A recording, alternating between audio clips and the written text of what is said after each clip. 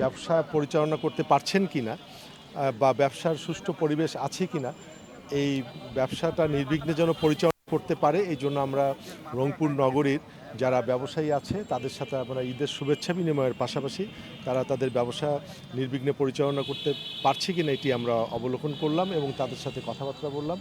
তো ইনশাল্লাহ সকলে আমাকে বলেছে যে তাদের ব্যবসা পরিচালনা করতে কোনো সমস্যা হচ্ছে না, তারা অত্যন্ত সুন্দর পরিবেশে পবিত্র ঈদুল ফিতরের আগে তারা তাদের ব্যবসাটি নির্বিঘ্নে পরিচালনা করছেন।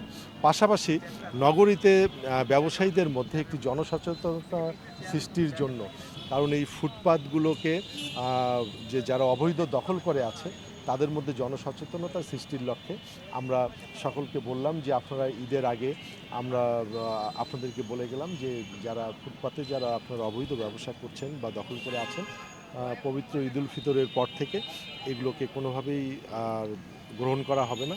নাগরিকদের চলাচল নির্বিঘ্ন রাখার স্বার্থে এবং নাগরিকদের চলাচলের মানে পথটাকে যেন সুন্দর এবং মসৃণ রাখা যায় সেই স্বার্থে এবং নাগরিক সুবিধাটাকে নিশ্চিত করার স্বার্থে এই ফুটপাত যারা দখল করে আছেন আপনাদেরকে এখানে আর দখল করে থাকা যাবে না। ঈদের পর থেকে আপনারা এই কাজটি আর করবেন না।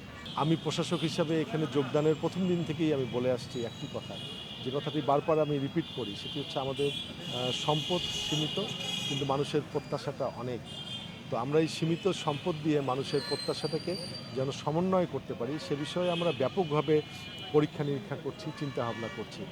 তো আমরা এই ফুটপাতে যারা হকার আছে তাদেরকে নিয়ে বিভিন্ন রকম তাদেরকে পুনর্বাসনের বিভিন্ন রকম চিন্তাভাবনা পরিকল্পনা আমরা আমাদের কাছে আছে, এগুলো আমরা পরীক্ষা নিরীক্ষা করে যেটিকে যে পরিকল্পনাটি নিলে পরে বা যে পদক্ষেপটি নিলে পরে রংপুর নগরবাসীর জন্য ভালো হবে আমরা সেই পরিকল্পনা এবং সেই মানে পদক্ষেপটিই নিব। কারণ আসলে এই নগরীর কাউকে বেকার করা তো আমাদের মানে উদ্দেশ্য না, বা কারো কেউ ব্যবসা করতে পারবে না, একটি ব্যবসা বান্ধব নগরী তৈরি করাই আমাদের লক্ষ্য।